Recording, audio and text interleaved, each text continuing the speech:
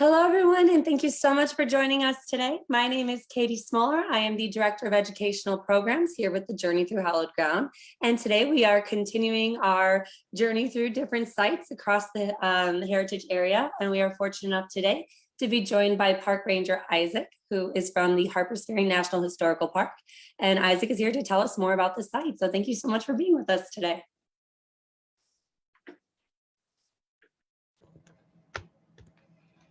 All right, thank you very much, Katie. Welcome, everyone. Just share my screen here.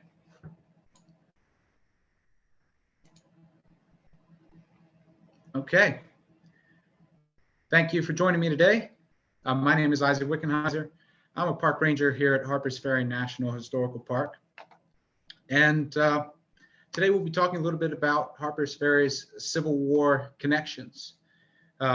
We are going to kind of focus in on one story of Harpers Ferry's Civil War history. It very much was a crossroads during the Civil War. It changed hands 8 times over the course of the conflict. So we'll try to focus a little bit on one story as we talk about the Civil War connections here. This Harpers Ferry, the story of Harpers Ferry in the Civil War is a testament to the destructive forces of war, but also it's an illustration of war's potential to radically transform society. Now, Harpers Ferry, on the eve of war, is a prosperous town. And before we get too far, it's always important to remember that we're talking about Harpers Ferry, Virginia, as we get into the Civil War. West Virginia did not exist. So put that out of your mind for now. This is all a part of the larger state of Virginia.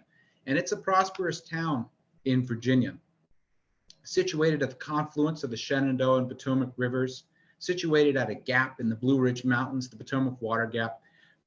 Harpers Ferry had prospered greatly over the course of the 1800s. Many industries had been located in the town to take advantage of the abundant water power that was available. For instance, the picture that's here on the left, you have a view of Harpers Ferry looking toward the water gap, and you're looking over the United States Armory and Arsenal. It's a federal gun-making factory, which was situated here by George Washington. And that was the town's largest industry and really the heart of its economy. But there were many other industries in the town as well. Additionally, there were 2 transportation networks, the Baltimore and Ohio Railroad and the Chesapeake and Ohio Canal, both which utilized the Potomac Water Gap as a shortcut in their race out west toward the Ohio River Valley. So we see the B&O Railroad right here. And as we look at the other picture, this is a picture of Harpers Ferry from the Maryland shore. And we're looking over the B&O viaduct, as they called it. And then the Chesapeake and Ohio Canal is here on the bottom right. So Harpers Ferry was a bustling center of industry, commerce, and transportation on the eve of the Civil War. But the Civil War would change all of that. Right away, in the war's first week, Harpers Ferry is devastated. On April 12th, of course, were the first official shots of the Civil War, 1861, at Charleston Harbor, on Fort Sumter in South Carolina. And just 6 days later, Harpers Ferry will lose its primary industry, the United States Armory and Arsenal, the town's largest employer. Right as Virginia seceded from the Union on April 17th, they called up militia throughout the state to come to take up arms, to form a military. And militia called up in the region around Harpers Ferry, the upper or the northern end of the Shenandoah Valley. They were ordered to come to Harpers Ferry to seize the armory and arsenal and the machinery, which could produce over 10,000 guns per year, and the completed weapons in the arsenal buildings. There were 15,000 completed muskets, rifles, and pistols stacked neatly on shelves, seemingly ripe for the taking. So militia were marching here on April 18th of 1861 to seize these machinery and the weapons. But there were United States soldiers here. A contingent from the Carlisle Army Barracks had been sent down here in over the previous few months, as tension had risen, as it looked like Virginia might secede. The government was worried about sabotage on the armory complex. So they had put U.S. soldiers here, and those soldiers are here on April 18th and getting word, their commander, Lieutenant Roger Jones, is getting word that up to 3,000 militia are descending upon the town of Harpers Ferry. And he only has about 45 men. He can't take on so large a number. So he sends word to Washington that he will burn what he cannot defend. He sets fire to the armory and arsenal buildings. Then they retreat across the B&O Railroad Bridge into Maryland. And what we see here is the aftermath of that. This is one of the arsenal buildings. Those buildings were consumed in the blaze. The entire store of weapons is basically completely destroyed. However, the armory machinery does survive. Townspeople race down to the armory grounds.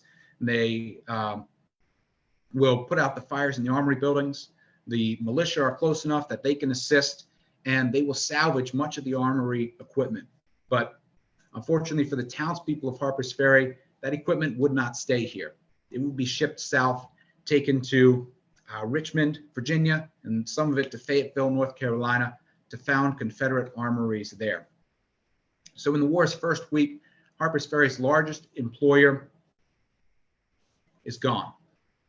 The heart of the town's economy is ripped out. And as time would go on, things would only get worse. These soldiers that were here, training and drilling Virginia militia, become Confederate soldiers, become part of the nucleus of the Army of Northern Virginia. And on their way out to start forming that army, on June 14th of 1861, they would destroy the B&O Railroad Bridge, the town's primary economic artery to the East Coast. And after that, local citizens would write that an incredible stillness had settled over the town. This place, which used to hum with the sound of machinery, with the clanking of hammers, with the trains going by, up to 60 trains a day, suddenly was pretty silent. Many of the town's residents simply left. If they were Confederate sympathizers, they went further south. If they're Northern sympathizers, they went north. So the town emptied out greatly. But it would continue to be fought over. This would not be the end. The town is situated at the northernmost tip of the Shenandoah Valley. It's situated along the line of the Baltimore and Ohio Railroad, and it's just 60 miles from Washington, D.C. So both sides would continue to see value in Harpers Ferry. For instance, in October of 1861, on the second anniversary of John Brown's raid, there would be a small battle on Bolivar Heights, just west of town, where U.S. and Confederate forces would fight a battle over wheat, essentially, that was coming out of the Shenandoah Valley, and that was being milled at a Abraham Herr's mill on Virginius Island, right along the Shenandoah River in Harpers Ferry. And the U.S. forces would win that battle, would hold off the Confederates, would take possession of the wheat and the already milled flour and remove it to the Maryland side of the river. But then that would mean the Confederates were free to come back and burn down Abraham Herr's mill a few days later. So Harpers Ferry continues to be devastated as the war goes on. And it only continues. The United States Army and the government saw great value in the Baltimore and Ohio Railroad to the war effort, and they wanted to keep it running as best they could. And with that railroad bridge destroyed, of course, that's going to be a little bit of an obstacle. But they wanted to maintain it. They wanted to keep the trains running. So they decided in early 1862 that they would have a permanent garrison here in Harpers Ferry, which they would call the Railroad Brigade. It'd be under the command of Colonel Dixon S. Miles, a Mexican War veteran, a full colonel, which was kind of rare before the Civil War started. He would take command of these troops, and they would make sure that nobody could sabotage the railroad, that the bridge was repaired and stayed up They would do their best, although it would be destroyed twice by flooding in the spring of 1862. Not much they could do about that. But they would look to keep the B&O running smoothly. And as Colonel Miles said, these were not troops who were going to fight an actual army. This is, as he called it, nothing more than a fortified camp of instruction. And we have a picture here of Camp Hill in the upper town of Harpers Ferry, where some of these troops would have been encamped in as they conducted their duties here in Harpers Ferry as part of the Railroad Brigade. But Colonel Miles, he wasn't exactly given a plum assignment here. It's basically guard duty. It's far away from the important fronts between Richmond and Washington, D.C., kind of a backwater post for him. But as this military garrison built up, as thousands of soldiers were coming to Harpers Ferry, a civilian population was coming here as well. And these were self-liberated people, people in the Shenandoah Valley region primarily, who had been enslaved, but with the presence of the U.S. Army, they had seen Harpers Ferry potentially as a place of refuge, potentially a place where they could be free. And this began happening in any area where the U.S. Army established a presence in the Confederate States in 1862. More and more enslaved people were liberating themselves and were fleeing to what they perceived as the refuge of U.S. lines. But what would be the fate of those people? At first, the government isn't really sure what to do with them. They were explicitly fighting the war to preserve the Union, not to end slavery. And in fact, early on, there are some who are saying, look, return these people to their former owners. They are simply property, which was established by the Supreme Court before the Civil War. But what the government does then is turn that around. Well, if they're property, which helps the Confederate war effort, then they can be confiscated as contraband of war. So you have these encampments of self-liberated people, such as this near John Brown's Fort, the Armory Fire Engine and Guardhouse in Harpers Ferry in 1862, that begin to build up. And they have liberated themselves and see a place like Harpers Ferry as a place of freedom. They could work for the U.S. Army potentially. They could live here in relative safety and security. The stability of the U.S. presence here in Harpers Ferry attracted as many as 2,000 self-liberated people in the spring and summer of 1862. But it would also attract, the U.S. presence here would eventually attract an army, much to Colonel Miles' chagrin, as he said that the troops that were sent to him did not exist with the intention of fighting an army. An army would actually come to him in September of 1862. At that point, the momentum on the Confederate side is cresting. They're coming off a series of victories between Washington, D.C. and Richmond. It's a series of victories in the Shenandoah Valley. And General Robert E. Lee, who's in command of the Army of Northern Virginia, wants to capitalize on that momentum. He thinks that the time is right for an invasion of Maryland. He wanted to move north and probably west as he invaded the north. The first place that he occupied was Frederick, Maryland, right here on the map in the first week of September of 1862. And as he's there, he is thinking about what to do next. And he's thinking that he's going to have to change where his lines of supply and communication run. Instead of coming up and crossing the Potomac River here near Leesburg, they're going to have to cross further west. So they'll come up the Shenandoah Valley to Harpers Ferry and on maybe toward Martinsburg and then across the Potomac River somewhere around here. But to do that, of course, you have to dispatch this garrison here in Harpers Ferry, this Railroad Brigade. So Lee would develop the Special Orders 191 to deal with the Harpers Ferry garrison. He would divide his army into 4 parts, 3 of which would head toward Harpers Ferry, 1 from the northeast, 1 from the west, and 1 from the south. About half of his army would be coming toward Harpers Ferry. Almost 30,000 out of a little under 70,000 troops would be sent here to Harpers Ferry to capture or destroy this garrison. And in Lee's thinking, this isn't going to take very long. The U.S. garrison here is going to be ordered to withdraw rather than just sit there and let themselves be cut off.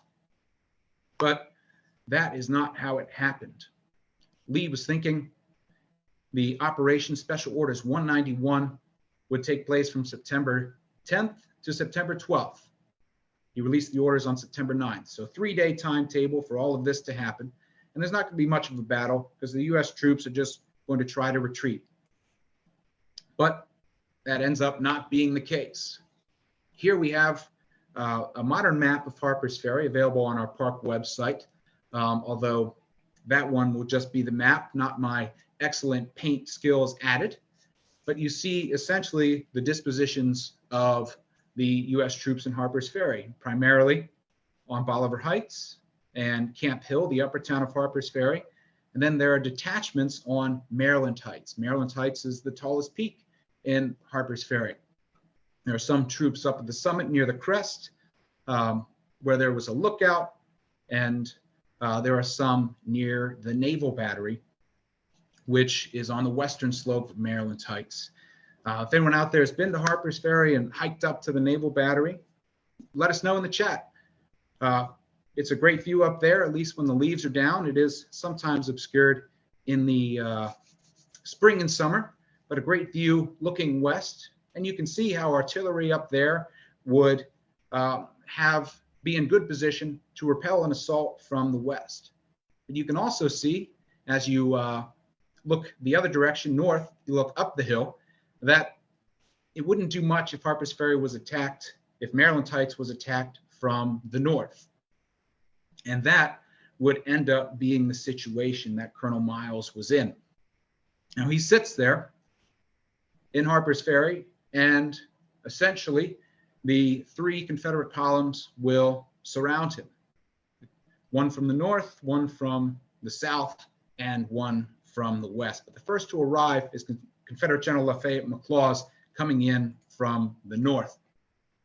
And they would fight on September 12th, starting on Maryland Heights as they headed toward the fortifications at the crest along the ridge line. And then they would continue their fighting on September 13th. And after a heavy engagement that morning and early afternoon, U.S. forces would surrender. Not surrender, excuse me, they would withdraw. They would retreat down the mountain back toward Harpers Ferry. So the tallest peak in Harpers Ferry would fall to the Confederates, and that naval battery position with the heavy artillery, they'd spike those guns and push them down the hill. So when Jackson arrives from the west, we go back here, that naval battery isn't there to repel him anymore. The main U.S. line of defense then becomes Bolivar Heights. Bolivar Heights, a gorgeous spot. You can drive there today if you like. Small parking lot up there, a great little hiking trail around the crest of the ridge, right near the parking lot. Also views of the Water Gap, which are quite spectacular at any time of year, but particularly in the fall. But that ridge line defends Harpers Ferry from the west. And the primary U.S. defensive position would now be on Bolivar Heights, but they would be surrounded on 3 sides by Confederates. And the next day, September 14th, an artillery bombardment would open up from all 3 Confederate locations. From Loudon Heights, from Schoolhouse Ridge, where Jackson takes up position, who's in overall command of the operation, and from Maryland Heights, which McLaws had captured on the 13th. And as that artillery bombardment opens up, a local resident, Mary Clemmer Ains, would say, the windows rattled, the house shook to its foundations, heaven and earth seemed collapsing. Over 60 artillery pieces are bombarding Bolivar Heights and Camp Hill. throughout the day on September 14th. However, it is not sufficient to force the surrender of the garrison. So further maneuvers would occur overnight from September 14th to the 15th. On the U.S. side, about 1,500 cavalry out of the 14,000-man U.S. garrison here, those cavalry would escape. They cross the Potomac River, they cut through Confederate lines, head north toward eventually the Pennsylvania line. And they escape the trap of Harpers Ferry. But also, on the Confederate side, Jackson sends a division under A.P. Hill around to the extreme left flank of the U.S. position. A place called the Murphy Farm today, but that was called the Chambers Farm back in 1862. The Chambers family owned it at that time. And cannon from there are in a much better position to fire upon the U.S. lines. So when the bombardment begins again the next morning on September 15th, quickly Miles calls a council of war, and he decides, he and the other officers, that they have to surrender the garrison. Their troops are largely raw, undisciplined. They're not going to fare well in an infantry assault. And Miles is about out of long-range artillery ammunition anyway. So they feel like either it's surrender or be slaughtered. So they surrender the garrison. About 12,500 U.S. soldiers surrendered to Confederate General Stonewall Jackson.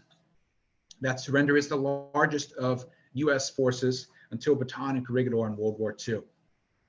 Now, in the wake of that surrender, Jackson is actually trying to get out of Harpers Ferry as fast as possible. The timeline that Lee had established, September 12th or 9th to the 12th, has been far exhausted. Jackson is 3 days late wrapping up the Harpers Ferry operation. There wasn't supposed to be much of a battle here. Instead, there's fighting for 4 days. So Jackson doesn't have time or the resources to deal with so many prisoners, so he paroles them. They swear an oath on their honor that they will not fight again unless exchanged for a like number of Confederate prisoners. Then they're marched down through Harpers Ferry. They cross the same bridge. So the cavalry cross to freedom. They cross as prisoners in their own land. Most of the garrison winds up in Chicago at Camp Douglas, near Chicago, at Camp Douglas, a prisoner of war camp where they remain until they are indeed exchanged. However, the self-liberated people who had been flocking to Harpers Ferry over the past several months, they will not share that fate. They will not be permitted to go to the north. They will be rounded up by Southern soldiers, slave catchers, and local enslavers, and taken away back to slavery. The matron of Clayton General Hospital, what is the Lockwood House today, she would write that every nook, corner, cranny, barn, and sty has been searched, and men, women, and little children in droves have been carried off. These people who had only so recently won themselves their freedom would have it ripped from their grasp. But luckily for them, there would be hope for them as this campaign continued. There would be another battle fought on September 17th of 1862, the Battle of Antietam Creek. Just about 18 miles north and a little bit east of Harpers Ferry along the Potomac is the town of Sharpsburg. And the armies would clash there. The Confederate Army, that is where Lee had decided to concentrate his forces. And the Army of the Potomac, the principal United States Army, had caught up to him there. And they would fight a battle on September 17th, which was the single bloodiest day in American history. Over 23,500 soldiers were declared killed, wounded, or missing in the wake of that fighting. But crucially, the Confederates are forced to withdraw. They end their campaign. Lee ends his campaign in Maryland, retreats back into Virginia, leaving the U.S. forces the field. And that is hailed as a great victory for the United States. Lincoln seizes on it as the credibility he felt he needed to issue the Emancipation Proclamation, a document that he had had in his desk drawer for a couple months and had been reluctant to issue because they had lost so frequently over the past few months. He thought it would look like desperation. But in the wake of the Battle of Antietam, he issues the Emancipation Proclamation, which would call for the end of slavery in the rebelling states if they did not rejoin the Union by January 1st. Now, that document declaring enslaved people in the rebelling states free would not mean that much in a practical sense. The rebelling states obviously aren't really listening to what Lincoln has to say, but it would explicitly change the goals of the war.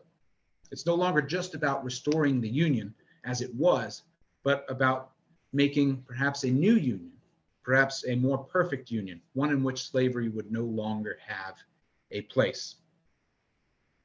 Additionally, it allows for the training and formal recruitment of United States colored troops, of African Americans in the United States Army. As Frederick Douglass would say, once let the black man get upon his person the brass letters U.S., let him get an eagle on his button and a musket on his shoulder and bullets in his pocket, and there is no power on earth or under the earth which can deny that he has earned the right of citizenship in the United States. But it would take several more years of fighting to turn that from a promise into reality. So that's all the Emancipation Proclamation was. It wasn't law, and it might not even go into effect if the United States did not win the Civil War.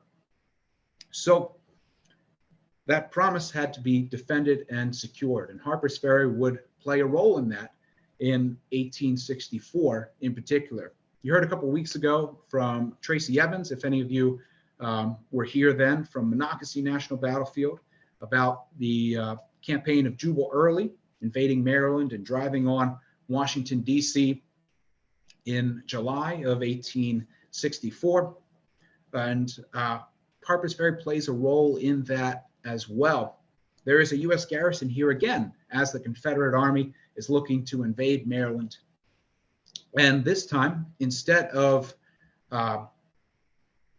garrisoning Bolivar Heights primarily and putting detachments on Maryland Heights and having detachments in the town of Harpers Ferry, the U.S. commander there says, no, that's obviously, that was wrong.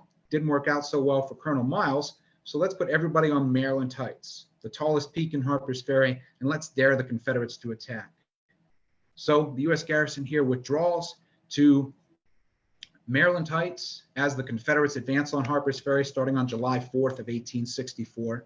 And General Jubal Early spends about 4 days in the area of Harpers Ferry trying to crack this nut of Maryland Heights, trying to force the garrison to withdraw. He wants to use the Potomac Water Gap to head directly toward Washington, D.C., but he is unable to do so. He is frustrated by the garrison here with now heavy cannon ringing the heights of Maryland Heights. If you come to Harpers Ferry to hike, there is a great trail going up Maryland Heights to the Stone Fort ruins, fortifications that were built here in 1863 and 1864, right on the crest. And you'll pass by on that trail the 100-pounder battery, a rifled cannon which propelled a 100-pound shell a distance of 3 to 5 miles, the 100-pounder battery. The tube alone weighed almost 10,000 pounds. And it took a couple hundred men to drag it up the mountainside to get there to the emplacement. I can barely drag myself up the mountainside. I can't imagine having a 10,000-pound piece of metal tied to me as well. But that campaign would end in Jubal Early retreating back into the Shenandoah Valley. And the United States government would look to retaliate. Early had gotten within a few miles of Washington, D.C. They were within sight of the Capitol building under construction. And it looked bad. It was a real embarrassment. And Lincoln was convinced by August of 1864 that he was going to lose his reelection campaign, which would mean potentially that the Democrat, George McClellan, would win, and perhaps and he was open to it, perhaps there would be a negotiated end to the Civil War. Not a victory for the United States, but a negotiated peace based on two countries, based on the institution of slavery surviving. So there had to be some sort of change of fortune, something to raise the morale and to inspire the voters to get Lincoln reelected, to ensure that slavery would die as the Civil War ended. And they send troops here to Harpers Ferry under General Philip Sheridan. And he uses Harpers Ferry as his base of operations in late August and early September of 1864 before launching a campaign into the Shenandoah Valley. Too many times have armies, Confederate armies in the valley, embarrassed U.S. commanders. Too many times has the valley been an avenue of invasion for the North, so they will close that off for good. Sheridan will fight a campaign, 4 separate battles, and eventually smash Jubal Early's forces at the Battle of Cedar Creek in October of 1864. And that, combined with victories at Atlanta and in Mobile Bay, will ensure Lincoln's reelection campaign and ensure that the war is prosecuted until the Confederacy surrenders, which will lead to the promise of a new birth of freedom. Here, the institution of slavery would come to an end as a result of the Civil War. The Emancipation Proclamation is translated into a constitutional amendment, the 13th Amendment, which would end the institution of slavery. And some 4 million persons who were enslaved before the war would be free. But what would their freedom mean? Here in Harpers Ferry, in practical terms, it would mean that they could have access to an education. It was illegal to teach an enslaved person to read or write before the Civil War. In 1865, a school would start up which would do just that, would educate former enslaved people. A school that became known as Storer College when it was officially dedicated in 1867. Storer College, the first building was the Lockwood House. That was once a Clayton General Hospital in the Civil War. And that school would grow and expand, and it would become incredibly important to the local African-American community, as it would provide a quality education for them. And as the 14th and 15th Amendments are passed, it would appear that what the Civil War would mean would be a fundamental reshaping of American society, with African-American people treated as equals under the law with white people. Unfortunately, that was not necessarily the case in practice. As Joseph C. Price, the African-American educator and founder of Livingstone College, said, the Confederacy surrendered its sword at Appomattox, but did not there surrender its convictions. There would be efforts to undermine the 14th and 15th Amendments, efforts to install slavery by another name, that Jim Crow and segregation would replace slavery in America, and thus the struggle would continue. And Harpers Ferry would see 2 early civil rights groups who were struggling for freedom for African Americans. One, the National League of Colored Women, here in 1896, and the other, the Niagara Movement, who came here in 1906, the Niagara Movement led by W.E.B. Du Bois. And these groups would continue the struggle for freedom for African Americans in our society. The struggle on toward that new birth of freedom promised by Abraham Lincoln in the Civil War. Folks, do you have any questions? I'm happy to answer them. Isaac, that was great. We did have some comments in the chat of people who had been to the Naval Battery, and I just wanted to add, we both our Extreme Journey programs at our National History Academy, we go to Harpers Ferry every time, and it's always a crowd favorite for the kids. There's so much to see there and to learn about. But yeah, we're going to bring on our intern now, Ben Keller-Halse, and he's going to read some of the questions for you if you have time. If that's all right with you, Isaac. Of course. Great. Thanks, Ben. Yeah, hi there. Great presentation. And like Ms. Smoller said, I was one of those students in 2018 when we were at Harpers Ferry. It was a great time, powerful place as well. So let's get into some questions. Let's see. Are the artillery pieces on Bolivar Heights, Schoolhouse Ridge, and Murphy Farm replicas, or are parts of them original? And I suppose you can take that to the whole site. How much of what's there is original?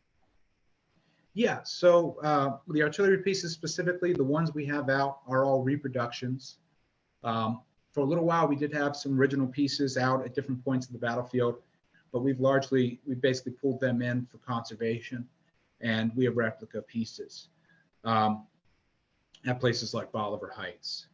But there are original buildings here in the town which were here during the Civil War. In particular, the Master Armorer's House is our introductory exhibit. That's down in the historic Lower Town. If you go down to the town, Shenandoah and Potomac Streets, right at the confluence, all the buildings you see down there were built before 1900, and almost all of them were built before the Civil War. So they are originals, but they are the survivors. The town not just was devastated by war, but also by flooding as time went on. So we have about a third of the buildings here today that were here at Harpers Ferry's peak right before the war. Interesting. Yeah. So I think this question comes in lieu of how many different things you can touch on talking at this site. So how do you manage to talk about all the different histories? You touched on battles during the Civil War that took place near at the site. There's obviously John Brown's raid. Then you're talking about enslaved people who might have escaped there. How, as a site, do you manage to talk about all those things? Well, it can be a chore. Harpers Ferry has a lot of history, a lot of different things to talk about, and you just want to. We always try to get more perspectives, and particularly, in the past couple of years, we're trying to tell more stories from perspectives that generally have not been heard from. For a good part of our history, and even NPS interpretive history in the 20th century was largely the opinions and the stories of prominent white men. So we're always looking for more stories of people who are not just old white men, and to tell a more inclusive and diverse history, a more accurate picture of our history as well. It can be quite a challenge, though, to incorporate so much. And I went a few minutes over time, as you may have noticed. So we always struggle with it. Of course, as interpreters, we're generally long-winded anyway. So you want to try and keep it tight if you can. But, we read a lot, we research a lot, and are always looking to find a fresh perspective. That's great. I think everyone would agree that's a noble historical work. What about Harpers Ferry's location made it such a desired place for transportation, military use? I mean, you mentioned the flooding, so was there something about it that was an unwise spot to pick? Well, yeah, there were times when the town was flooded. It would get really bad actually during the war and after. The town floods every year of the war and after, as the industries had clear cut the hills and mountains which surrounded the town. But Harpers Ferry's geographic location was always important. It's at a break in the Blue Ridge Mountains, which are just a local name for our part of the Appalachians. So in early history, I mean, this is a way to get toward the Shenandoah Valley or the Ohio River Valley easily. You can cut through the mountains in between them rather than trying to go over them. And if you're trying to go around the Appalachian Mountains, well, you got to go the whole way down to Georgia to get around them. So this is a natural shortcut. And that's what really puts Harpers Ferry on the map for transportation, like the Baltimore and Ohio Railroad and the Chesapeake and Ohio Canal. Both saw the water gap here as a shortcut as they were racing out west.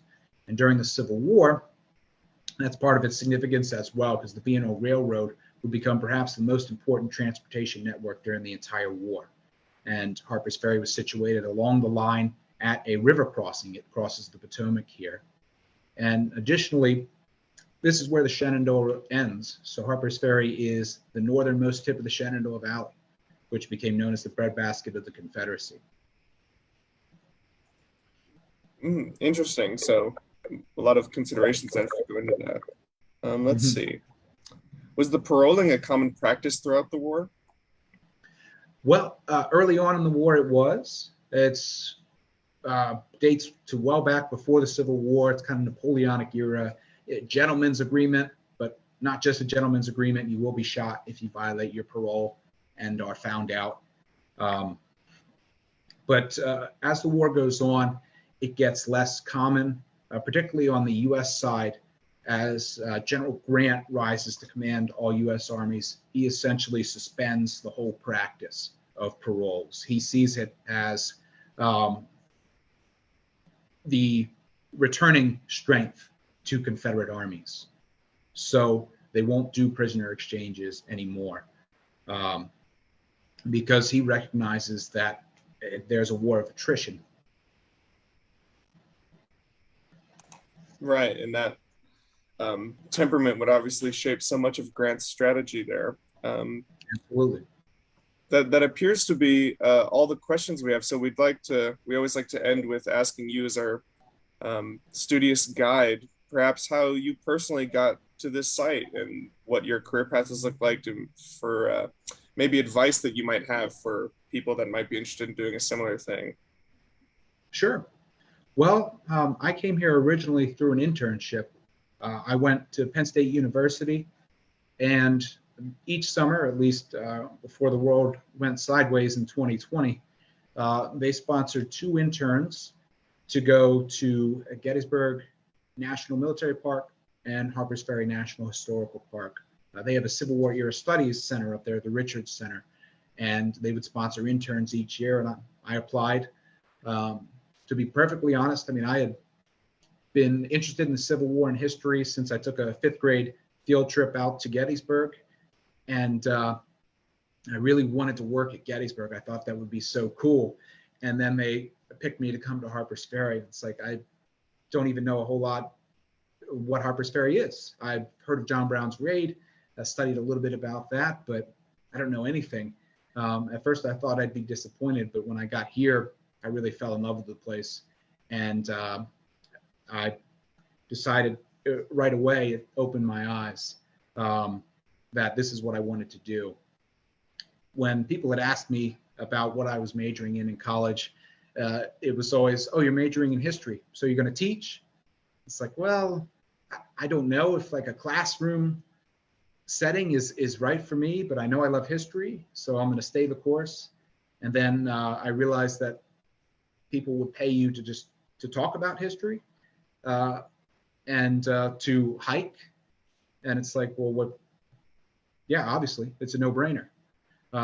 So after my internship, I got a seasonal position here, and I worked that for several years while I was finishing up a master's degree, and a couple years after that, and was able to finally get a permanent position. It can be tough to get a foot in the door in the National Park Service. In general, positions are very limited, particularly permanent year-round positions. The Park Service budget has largely been flat since about 2000, and costs have continued to go up. So there's less money to pay people. So it can be tough. You have to stick to it. I recommend persistence and belief in yourself. And, it's incredibly rewarding. So if you can, if you have the means to make it through, if you can find a flexible job to work in the off season, which I was lucky enough to do, then you can have a very, very rewarding experience. Just takes a little bit of stress, a little bit of gray hair to get there. Isaac, thank you so much for sharing that. And thank you for all of this today and teaching us more about this site. I know I'm personally very excited to be visiting with the students this summer, and I'm sure some of our viewers will be as well. So thank you again for your time. We really, really appreciate it. Not a problem. Thank you for having me on. And thank you for everyone at home for tuning in. We'll be back here next week as we continue exploring sites throughout the journey. So I hope to see you back and have a wonderful rest of your day.